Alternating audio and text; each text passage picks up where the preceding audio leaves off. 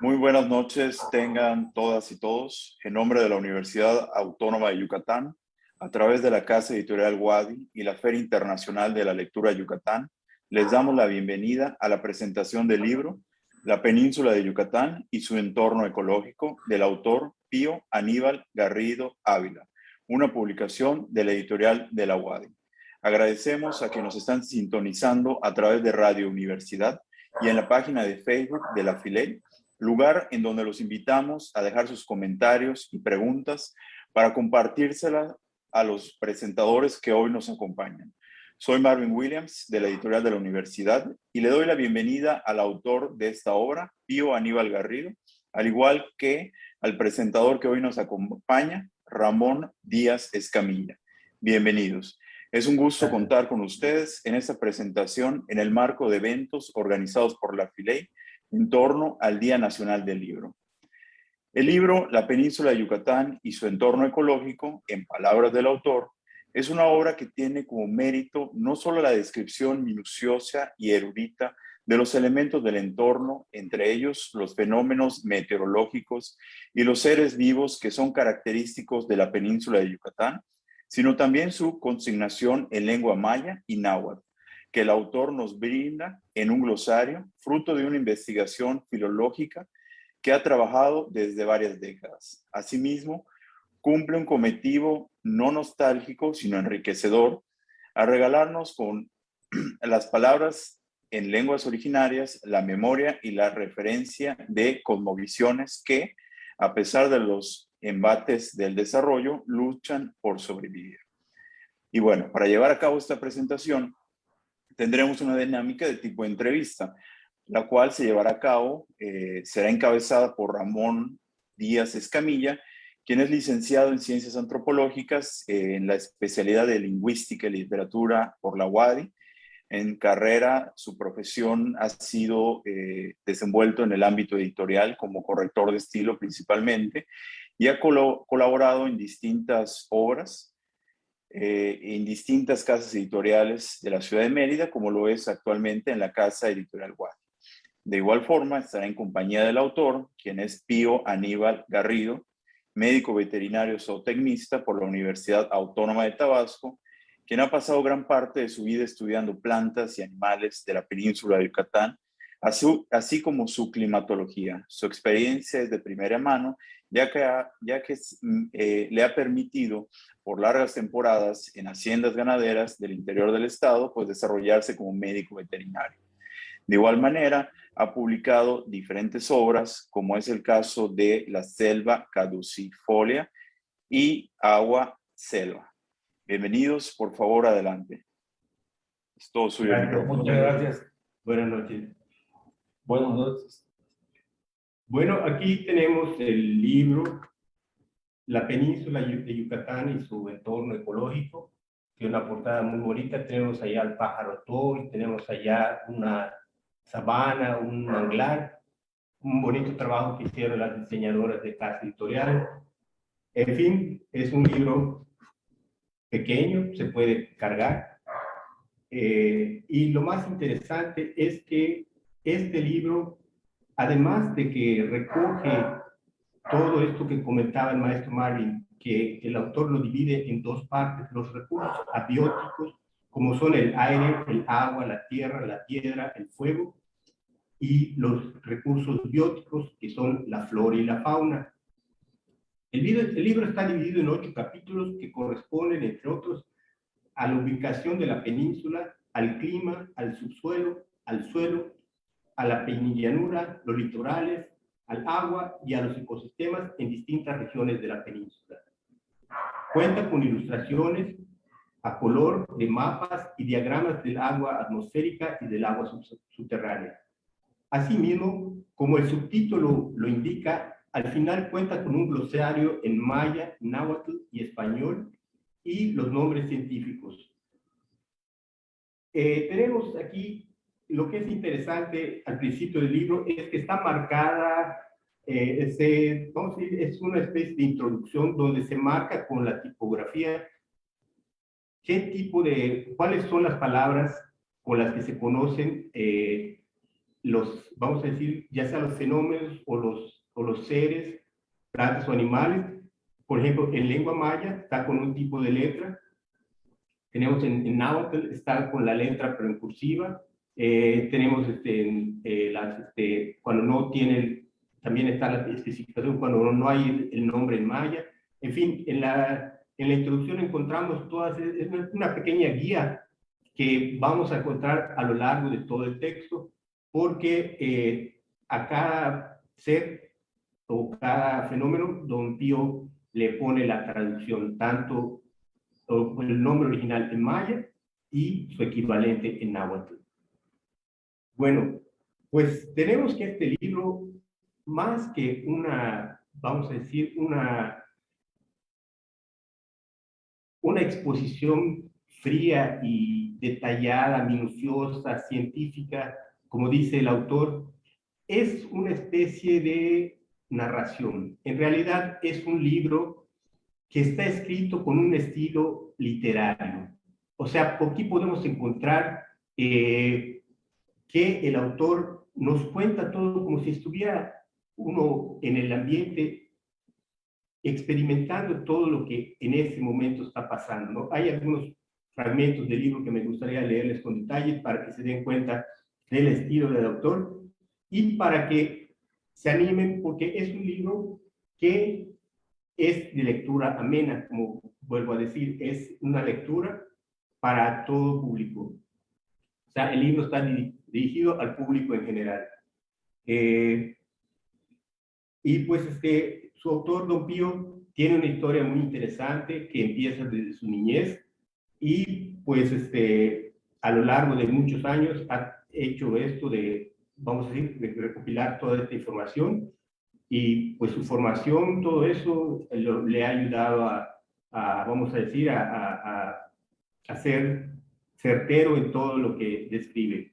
Cuéntenos un poco, Don Pío, de su niñez, como me decía el otro día, su niñez, su formación, qué fue lo que le hizo brotar el amor por la naturaleza. Con todo gusto. Yo la niñez me la pasé en una gran hacienda de más de 10.000 hectáreas, en la cual estaba rodeada, era una península, estaba rodeada de lagunas, de ríos y cruzada con arroyos y dibujada por popales, y era una preciosidad. Yo salí de ahí, de la finca, a los 8 años. O sea, yo fui criado, atendido, vamos a hacer, por las mujeres del campo en mi niñez. Y mis mejores amigos fueron los hijos de los trabajadores. Mi madre me enseñó las letras y los números. Y entonces, cuando yo salí a los 8 años a la escuela, allá me hicieron un examen y me pusieron en segundo año de primaria. Pero durante toda mi primaria, secundaria, preparatoria y parte de la profesión, invariablemente iba yo a la finca y no dejaba yo de pescar, de capturar peces, mariscos, cazar patos, pavos, venado. Esa era mi vida. O sea, ahí me crié porque no hay otra razón, ¿no? Entonces, le agarré ese amor. Claro, aparte manejé ganado, ganado caballar, ganado caprino. Bueno, viví en el campo toda mi adolescencia. Cuando me recibí, eso me hizo hacer, estudiar la medicina veterinaria para no desligarme de ese medio. Cuando me recibí de médico veterinario zootecnista, entré a un banco y me contrataron como técnico para realizar proyectos agropecuarios para ver si se daban o no los créditos del banco. Eso me hizo visitar muchas ranchas para ver la calidad del rancho, del ganado, de los pastizales, y conocí muchas ecologías y otras cosas. Y lo que sí tuve la curiosidad, no sé por qué, es nato. Me gustaba apuntar y apuntar y apuntar y apuntar. Y empecé a aguantar hojas y hojas y hojas que nunca pensé que iba a escribir un libro. Así estuve mucho tiempo. Cuando estuve como residente de la gerencia del banco en la zona norte de Quintana Roo, con sede en Valladolid, tuve la oportunidad de dar 2 años en una preparatoria particular, colaborando con ella. Di 2 años las clases de biología y zoología, que eso me maduró un poquito más. De ahí, pues, pasó muchas cosas. Fui gerente en Quintana Roo del banco, después, bueno, el caso es que cuando en 1981 llegué aquí a Yucatán y a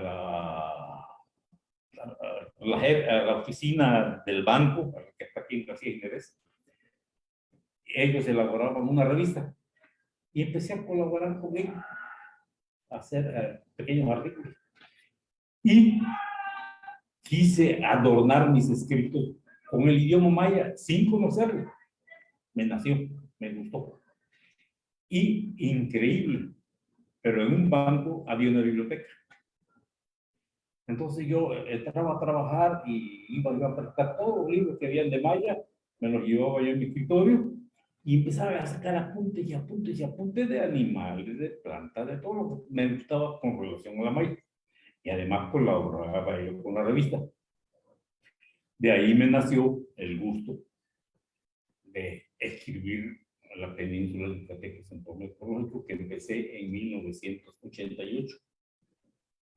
La terminé en 1990 y afortunadamente la revista de la universidad me publicó ese artículo en su revista 176 del año 1991. A partir de ahí, y me dijo, no se me olvida, no te publico un libro porque le falta más a tu trabajo, te lo vamos a sacar en la revista, pero si le agregas lo que es el nombre científico y lo que es la clasificación biológica y todo, podríamos llegar a publicar. Estoy hablando de tiempo, bueno, de los nombres, lástima no estoy preparado, quienes muy atentamente me atendieron en la universidad en ese tiempo. El señor Escalante, que era creo que subsecretario secretario de la universidad o algo así. El caso es que yo entonces seguí, y no solo me apegué a la malla yucateca, sino cuando dejé de ser gerente, empecé a ser supervisor regional de todo el sureste y la península. Así que visité muchas bibliotecas. Mi diversión era en la biblioteca, increíble. Cuando iba yo a Chiapas, me metía yo a la biblioteca de Chiapas y apuntaba toda la malla chiapaneca relacionada con flora y fauna y esas cosas. Y llenaba yo hojas.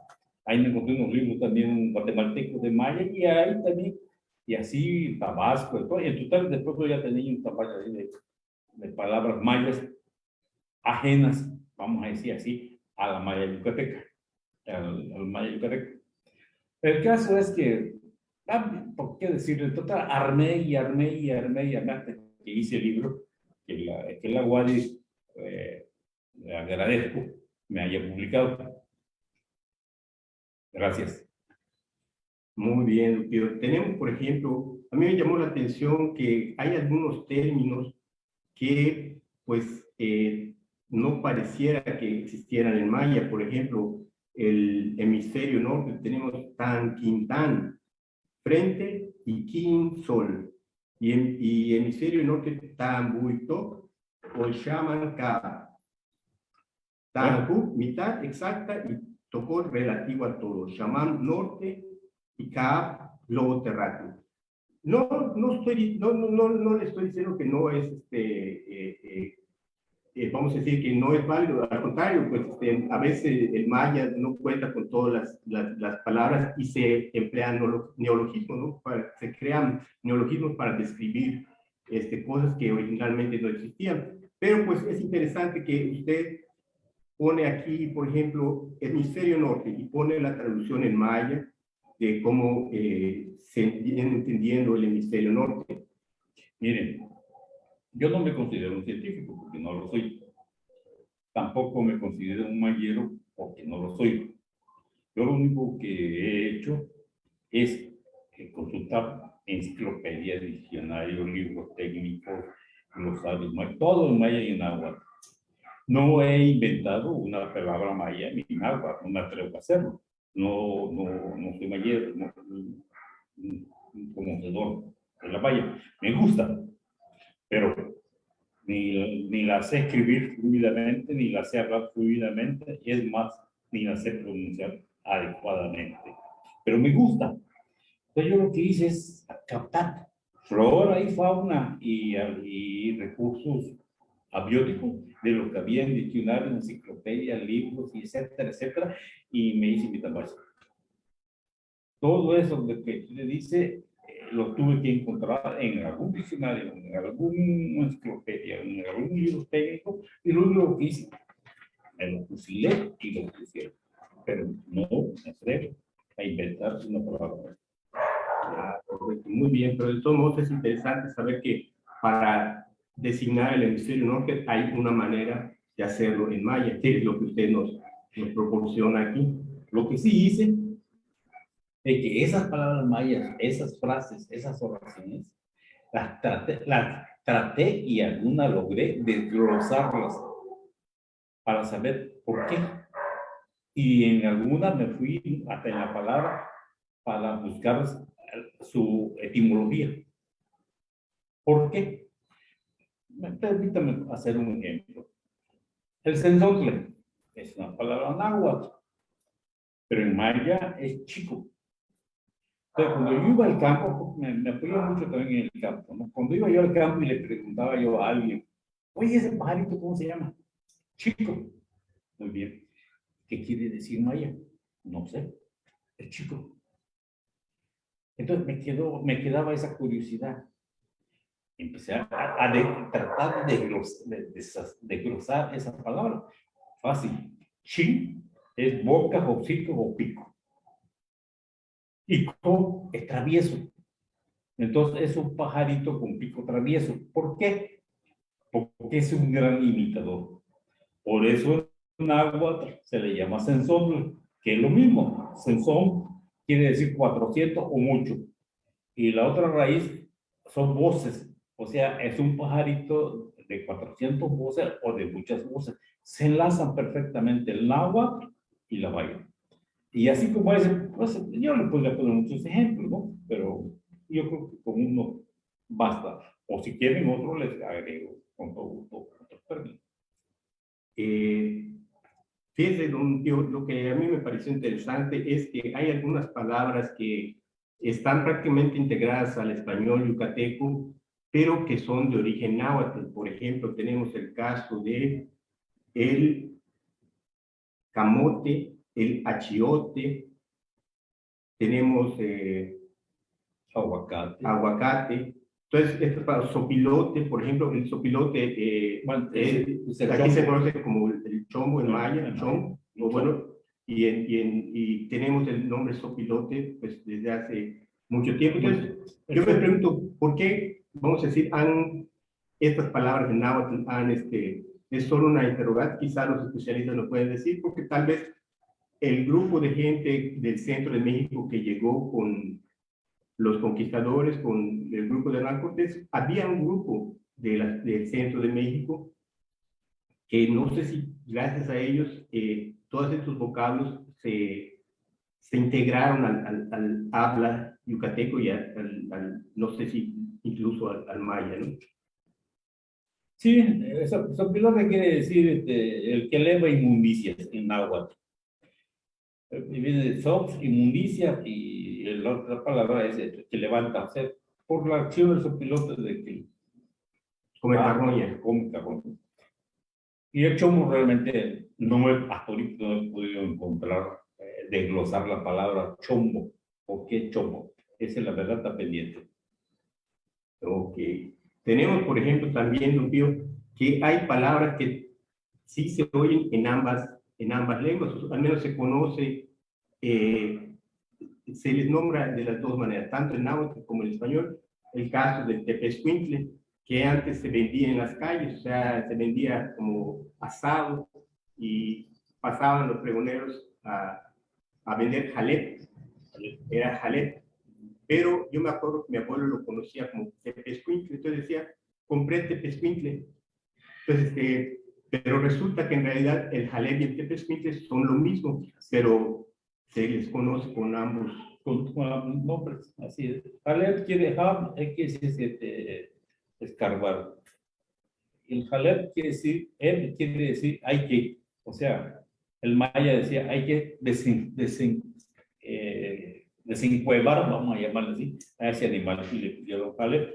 Ahora, tepecuitl quiere decir que hace ruido como un tamborcito, porque ronronea cuando uno tiene ronronea. Pero sí, es el mismo animal. Muy bien, lo tío. Tenemos, por ejemplo, algunas cosas que, bueno, al menos yo ignoraba. Existe un cabrito en la península, es el cabrito de monte, y pues yo no sabía, me dice usted que es el único venado, que en realidad es un venado, un cervatillo, ¿no? Pero se le conoce como cabrito de monte. Sí, en español es cabrito de monte, en maya es yuk. Yuk quiere decir bamboleo. Entonces, bueno, ¿y qué tiene que ver yuk con un cabrito de monte? Bueno, el que ha visto el cabrito de monte en la selva, en la sabana, van a ver que el cabrito camina bamboleadito. Camina así muy... Y el maya es muy inteligente, digo, mira, yuk, el que se bambolea. Y le quiero la palabra yuk, como la palabra kuts en pavo de monte. El pavo de monte, cuando lo encuentras en el monte y va a levantar vuelo, hace kuts y vuela. Entonces, el maya muy inteligentemente dijo, kuts, o sea, el que hace kuts. En ese caso es una onomatopeya. Exactamente. En uno es un movimiento y el otro es la onomatopeya. La onomatopeya, vamos a decir, es el nombre que imita el sonido que hace El animal. Correcto. Como el jojo, no sé si han oído, siempre es muy famoso el jojo, la garza jojo. Bueno, cuando vos en el río, en un cayú, y vos brillando los eloviales, cuando se asusta la garza, hace jojo, jojo, y levanta vuelo y se va. Entonces, el maya dice, mira, jojo, y ese es el nombre. Te pregunta por el jojo y es una garza. Por otro lado, don Pierre, por ejemplo, hay algunas voces que están todavía vamos a decir, en las calles de la ciudad. Yo me acuerdo que al lado de mi casa había una tienda que se llamaba El Cocay. Yo no sabía que Cocay era luciérnaga, Y por otro lado, en el centro histórico de la 64 con 53 tenemos el Salvay, que también, pues, yo pensé que era la piñuela, pero usted No, tiene... no es la piñura. El salvay sí es una bromería, pero es epífita. Por eso, si usted ve el dibujo que hay ahí en la 64 con 53, en la cantina esa, es una matita chiquita que se da en la rama, por eso es epífita, se da en las ramas y tira una espiguita y ahí da unas pequeñas piñuelas. Ese es el salvay. Y la verdadera piñuela es terrestre, o sea, se da en el suelo, hay que romper, hay que abrir las hojas y en el centro están arrocetadas las piñuelas y se arrancan a echarla. La piñuela es otra cosa y el salvay es otra. Muy bien, don Pío. Tenemos aquí, yo quisiera leer algunos fragmentos del libro, porque, como les comentaba anteriormente, se trata de un estilo que es, vamos a decir, delicioso. Por ejemplo, cuando don Pío nos habla del tiempo de agua, les voy a leer el pedazo. No les voy a leer todas las palabras, lo voy a leer de corrido, pero en cada palabra hay, vamos a decir, entre paréntesis, la acepción, o sea, el equivalente de la voz en maya o la voz o ambas en náhuatl y en maya. Comenzaron las aguas que duran de continuo. Algunos días, durante estas primas aguas, grandes aguaceros hacen brotar las hierbas y viene el renuevo de los árboles. Mayormente se encuentra el cielo encapotado, con inmensas nubes lluviosas que se acercan y pasan con formas de castillos arabescos que, en muchas partes, truenan y relampaguean, iluminando por segundos con su resplandor la negrura del entorno. Esta lluvia por convección regularmente sucede después del mediodía y llega acompañada de los estampidos sonoros de sus múltiples truenos hasta que el arcoíris anuncia su piedad.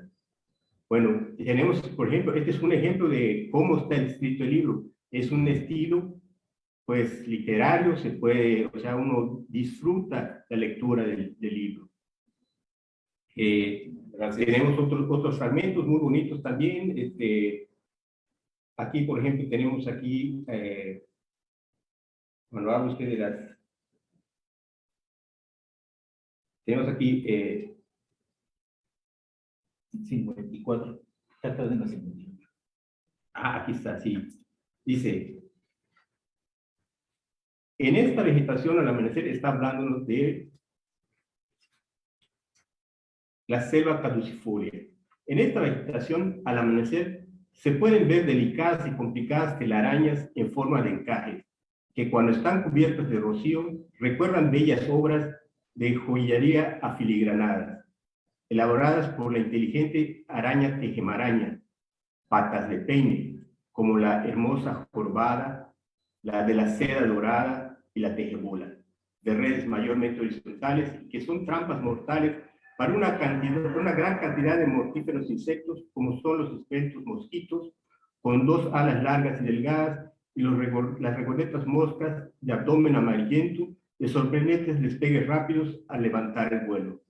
Bueno, este es otro fragmento que ustedes pueden encontrar en el libro. Así está prácticamente está todo el libro, ¿no? Es una narración, es una narración como si uno estuviera inmerso en el entorno que nos presenta don Pío. Muchas cosas interesantes encontramos en él, cosas que pues, además de las cuestiones que pues estamos abordando por lo del el glosario que está en ambas lenguas, muchas cosas que salen, vamos a decir, si uno tiene cierta curiosidad, por ejemplo, pues se pone a investigar más. Por ejemplo, vamos a decir, el och, el que conocemos como zorro, en realidad no es un zorro, es la zarigüeya. Si ustedes van a la relación de las cosas de Yucatán, tenemos que Fray Diego de Landa lo describe minuciosamente y dice, va hablando de él y se asombra que dice que lleva a sus crías en la bolsa, ¿no? Entonces, marsupial. es un marsupial. Entonces, pero vamos a decir, es el único marsupial americano. Y vamos a decir, de este marsupial fue del primero de que se tuvo noticia en Europa, porque no se había descubierto Oceanía. Oceanía se descubrió hasta 1700 y tanto, que es, vamos a decir, el continente donde hay más marsupiales.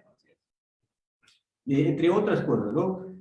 Por otro lado, el verdadero zorro vendría siendo lo que es el comache, ¿no, don Pío? Sí, que es la zorra gris, que es el equivalente en el norte de la zorra roja, pero es un canino, no es un marsupial. No, claro, yo lo decimos porque lo que le llamamos zorro ese vendría siendo el comache, o sea, vamos a decir, el que más se parece a un verdadero zorro, ¿no? Sí, claro. Muy bien, Pío. Tenemos también, por ejemplo, pues, algunas palabras que se nos antojan, vamos a decir, metafóricas, poéticas. Tenemos, por ejemplo, yo no sabía que la palabra papalote en náhuatl significa mariposa.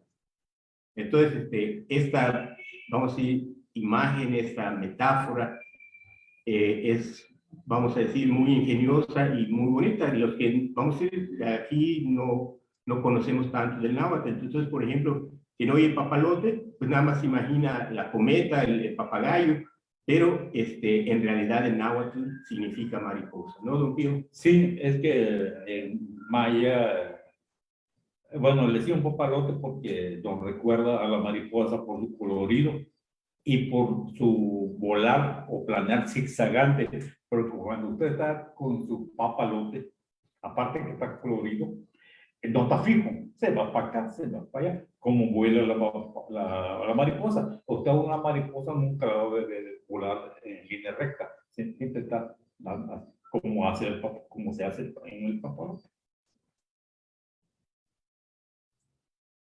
Don Pío, creo que dijimos, o el maestro Marvin dijo, pero le pasamos, yo creo que le pasé la información equivocada. Estas novelas de las que hablábamos, estas novelas descriptivas, en realidad usted no las ha publicado, están por publicar, ¿no? De las que mencionó el maestro Marvin, que se llama... Colcach.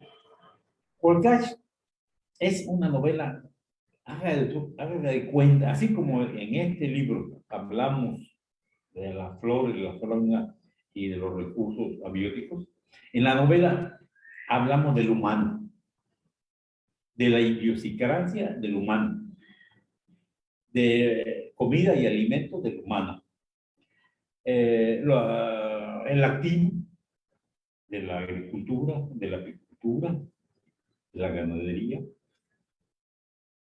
el manejo de la agricultura, de la ganadería, la pesca, la caza, pero todo relacionado con la malla. Entonces ahí es para aprender todo, bueno, en el caso del cultivo del maíz, están todos los nombres mayas de la tumba hasta la cosecha. Y eso lo capté a nivel de toda la malla, porque hay partes de que se olvidan dar el nombre de cierto cultivo o manejo. La apicultura está totalmente desglosada en maya. La pesca, la caza, todo eso es un equivalente a este libro, nada más que en novela.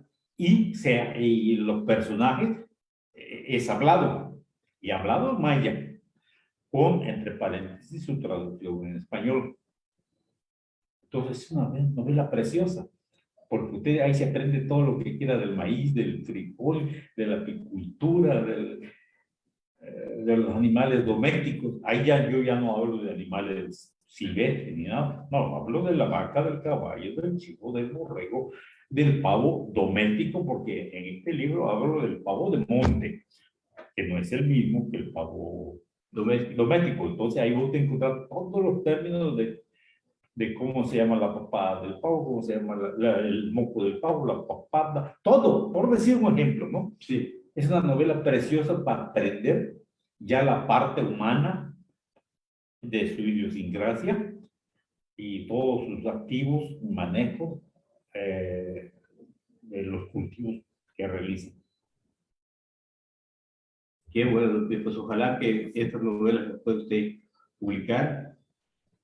Por otra parte, tenemos, a mí me llamó tanto la atención el glosario que me recordó una vez que había yo leído un poema de Miguel León Portilla que dice, que se llama Cuando una lengua muere. El poema es más largo, pero vamos a decir, de lo que extractamos aquí, hay una parte que le va al libro, pero así que, pues muy bien. Dice, cuando una lengua muere, con todo lo que hay en el mundo, mares, ríos, animales, plantas, se cierra también a todos los pueblos del mundo una ventana, una puerta, un asomarse de modo distinto a cuanto es ser y vida en la tierra. Así es, totalmente. Cuando muere un idioma, mueren todas las palabras con que se puede identificar los seres vivos y abióticos de esa época. Bueno, entonces, pero tenemos que lo que estamos tratando de hacer en este libro, como nos comentó el maestro Marvin, no es precisamente un recuento nostálgico, sino enriquecedor, ¿no? O sea, no estamos yendo solo al pasado y quedándonos allá, sino que estamos rescatando esto para que los lectores jóvenes tengan esta información en las lenguas originales, ¿no? Tenemos el maya y el náhuatl. Este libro sí, para mí sirve para dos cosas. Uno, para consultar. O sea, para mí, el científico, mi respeto, podría adornar sus trabajos científicos poniéndole palabras mayas y náhuatl en su trabajo, como adorno, como nada más para que se vea mejor su trabajo. Y este libro también podría servir para el turismo, tenerlos en las librerías, digamos, de las terminales de aeropuertos, camión y esas cosas, porque el turista busca mucho la malla y si encuentra ese libro que está a todos los animales, plantas, seguro que le va a gustar mucho. Pues bien, tenemos, este es a grandes rasgos el contenido del libro, son 133 páginas, al final encontramos también una bibliografía muy extensa de lo que consultó Don Pío. Están aquí, tenemos por ejemplo la lista de aves de Chiapas, el diccionario por Lemex, tenemos también el diccionario náhuatl español de la UNAM, en fin, tenemos la enciclopedia yucatanense,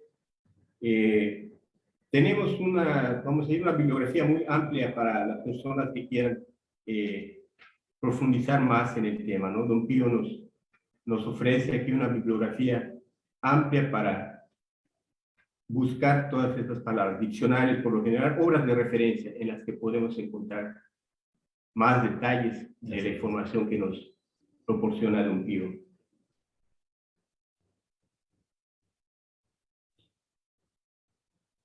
Pues básicamente esto es lo que tenemos.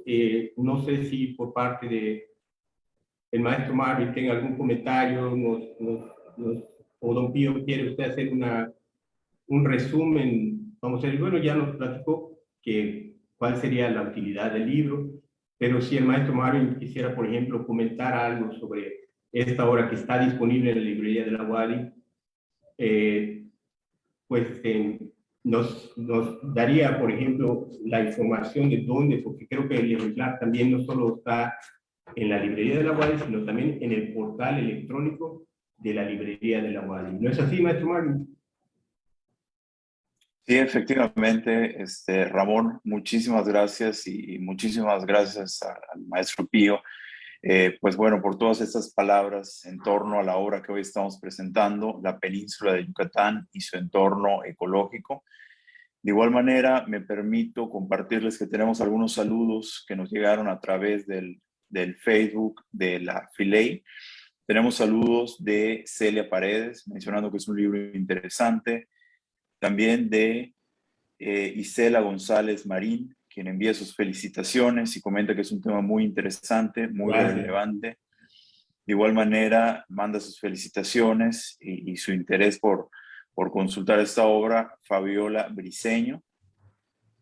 Y vamos a ver qué más tenemos. Tenemos Celia Paredes, comenta que es muy interesante para los que no tienen tantos conocimientos acerca del tema, acerca, por supuesto, de la lengua y todo lo que nos han compartido el día de hoy.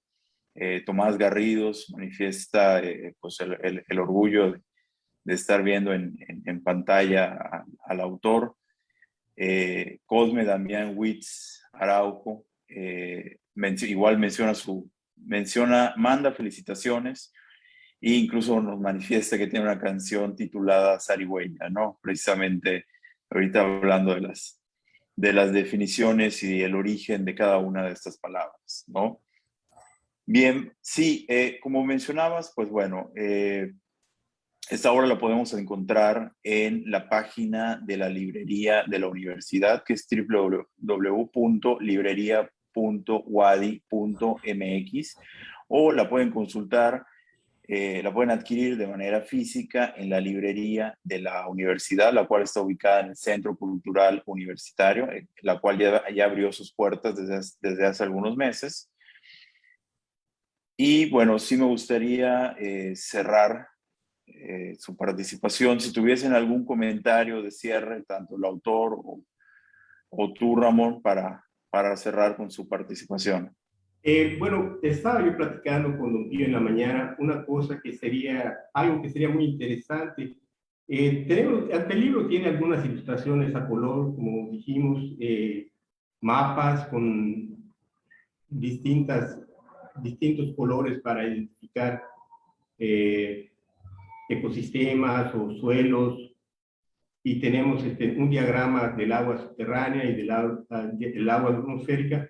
Le comentaba yo a Don Pío que sería muy interesante que este libro pudiera más adelante publicarse con ilustraciones, si no fotografías, digamos, las fotografías estarían bien, pero incluso, vamos a decir, en forma de ilustración, hay, vamos a decir, era clásico que los naturalistas hacían dibujos de plantas a la acuarela.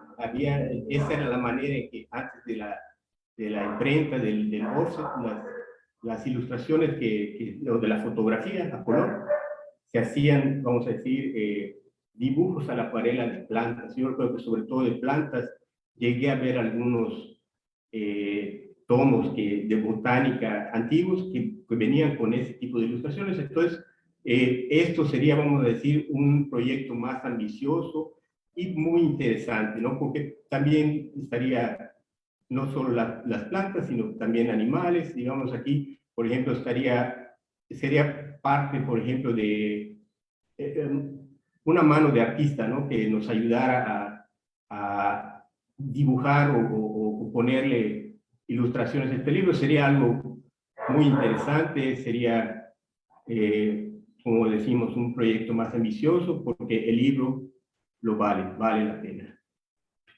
Quiero comentarle que yo no he dejado de trabajar en este libro. Ya ahorita llegué a 330 páginas. Le he metido una gran cantidad de palabras mayas que me quedaron pendientes y en náhuatl. Y lo estoy preparando para luego irse a obedecer a ver si